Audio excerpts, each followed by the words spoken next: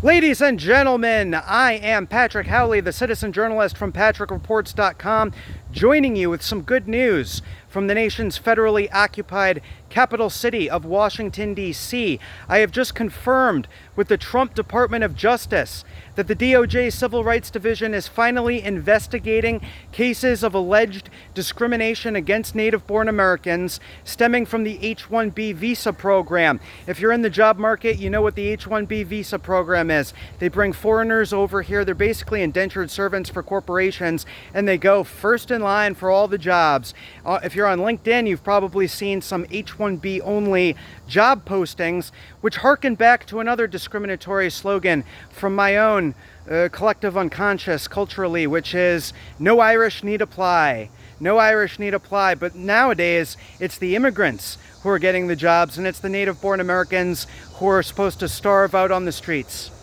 And that is what has been the sad reality of life here in modern America, which has basically been a strip mall labor colony for the entire 35 years that I've been living. So my article is live on the InfoWars homepage. Here's the quote from Harmeet Dillon, Assistant Attorney General for Civil Rights, to me. Quote, through our Protecting U.S. Workers initiative, the Civil Rights Division's Immigrant and Employee Rights section has numerous open investigations into hiring practices that discriminate against American citizens, and the list continues to grow.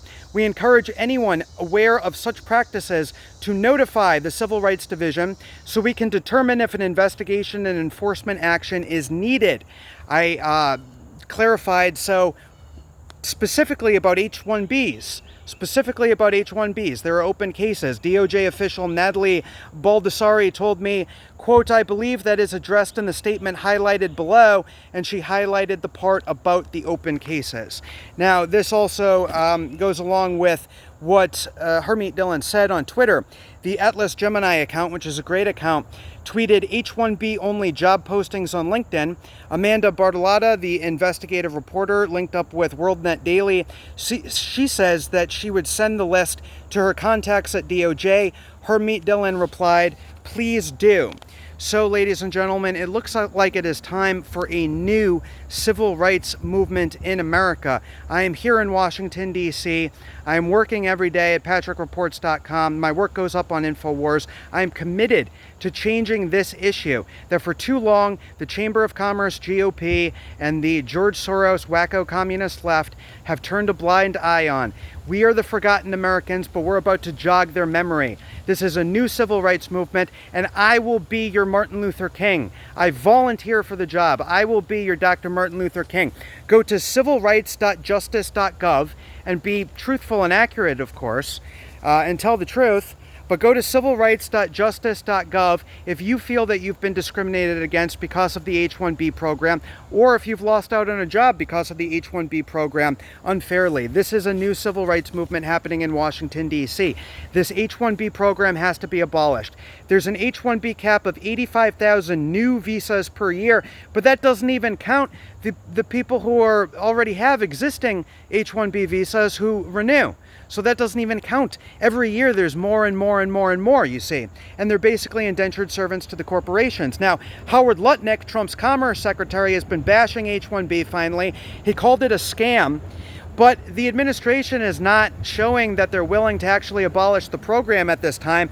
Right now, they think it's enough to say, maybe we'll change the lottery, the random visa lottery program, to something that's supposedly more merit-based to bring in higher earners for the H-1B visas. That might actually be worse for native-born Americans because it will close off any chance of getting a higher earning job in this country. So that's not enough. We need to abolish the H-1B program. And by the way, there are a lot of other visa programs that we need to look into too that are disenfranchising hardworking Americans. How about the H-2B program? If anybody does labor out there, H-2B program for temporary workers. Temporary workers. Oh yeah, they're not so temporary. First of all, we know that a lot of visa holders overstay their welcome. They overstay their invitation, right?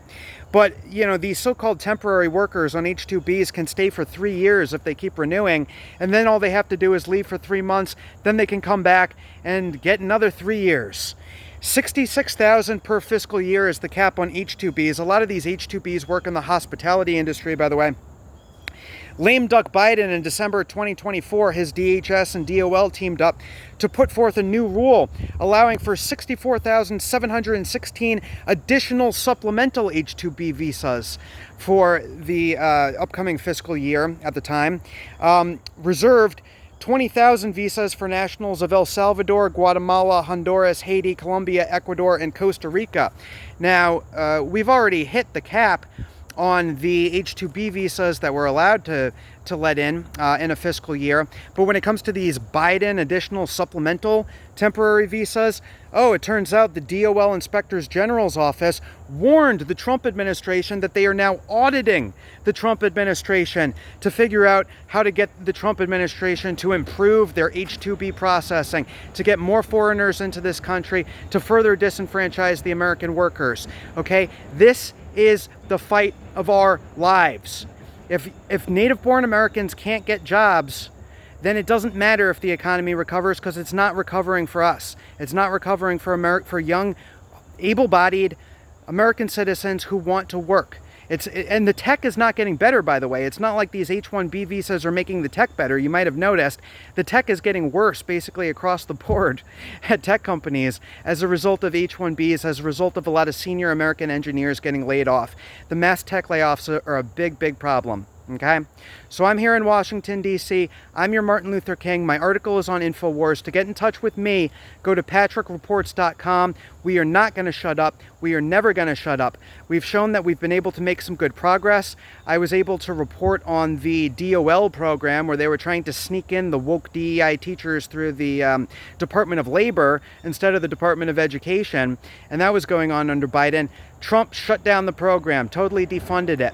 Okay, so citizen journalism actually has the ability to impact and influence this administration. And just the fact that Howard Lutnick has to now go out there and bash the H-1B program publicly, it shows that the pressure is working. But we've got to get this done, ladies and gentlemen. We must preserve a future for working Americans who are my age and younger. We've got to build a future in this country, and it starts with this H-1B fight. Ladies and gentlemen, I will be back with you later today. Go to patrickreports.com. Thank you, and God bless you.